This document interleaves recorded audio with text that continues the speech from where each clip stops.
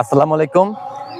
Mixed farming Facebook page থেকে আপনাদের সবাইকে জানাই স্বাগতম। আজকে আমরা একটি আমাদের জহির ভাইয়ের কৃষি খামারে আসছি। তা আজকে কৃষি খামারে আসার পরে আমরা দেখতেছি যে এভাবে ধান চাষ করতেছে। তো আমি দেখে খুব খুশি হলাম, কারণ বাংলাদেশের কৃষির অর্থনীতিতে অনেক বড় ভূমিকা পালন করে আমাদের কৃষক ভাইয়েরা।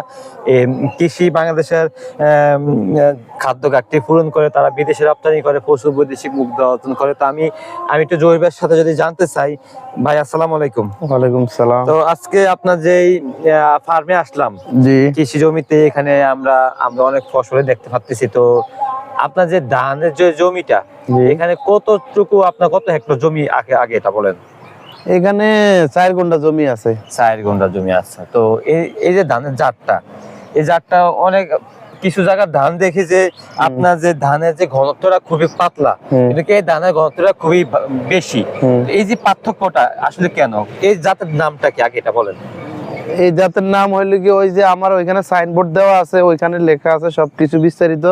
ঠিক আছে, এখন আমি ওইখানে যাব, আপনাকে আমরা আমাদের যে সাইনবোর্ডে দেখছি, হ্যাঁ, জি, যে এটা কৃষি অধিদপ্তর থেকে বিএডিসি থেকে এই সাইনবোর্ডটা দেওয়া হয়েছে।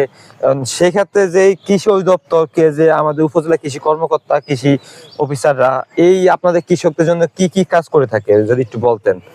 আমাদের জন্য যেমন এই ধানের বীজ দিয়ে থাকে, সার দিয়ে থাকে, বিভিন্ন কীটনাশক, কৃষি ট্রেনিং দিয়ে থাকে, কৃষি ট্রেনিং বিভিন্ন পর্যায়ে ওনারা আমাদের শিক্ষা দিয়ে থাকে, কিভাবে ফসল আদি করলে বেশি বেশি রোপণ করলে বেশি বেশি উৎপাদন হবে, এরকম বিষয়ে কিছু আমাদের। আমরা বিভিন্ন জায়গায় যখন দেখি, হ্যাঁ, যে ধান খেতে চিংড়ি চাষ এবং মাছ চাষ করা হয়, তো এই বিষয়টা আপনি কেমন দেখেন?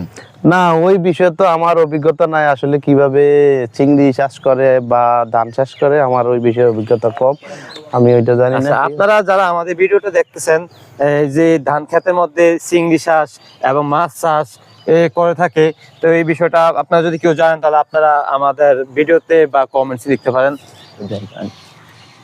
পারেন। তো আমরা এখানে দেখতেছি যে আমাদের কৃষি সম্প্রসারণ অধিদপ্তর হাজীগঞ্জ থেকে আমাদের 2025-26 অর্থ বছরের রাজস্ব খাতে অর্থায়নের প্রদর্শনী বাস্তবায়নে যেই ক্ষেতটা আপনারা দেখতেছেন, তো এই ফসলের জাতটার নাম হচ্ছে গিয়া বোরো ধান।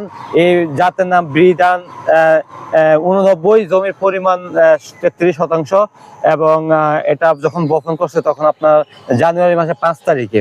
তো আমাদের যেই আমাদের জহির ভাই যে প্রতিক্রিয়াটা, যে ধান ক্ষেতটা, তো এরা ঘনত্ব বেশি হওয়ার কারণে এরা বিধান 89। তো এটার জন্যই এই ধানের জাতটা খুবই ভালো মানের একটা জাত।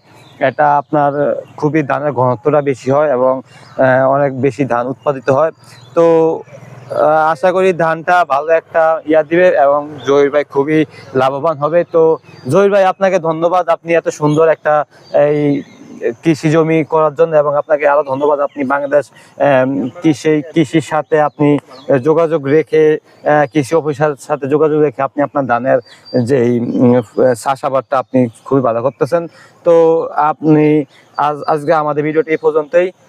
আমরা ধন্যবাদ জানাই। আসসালামু আলাইকুম।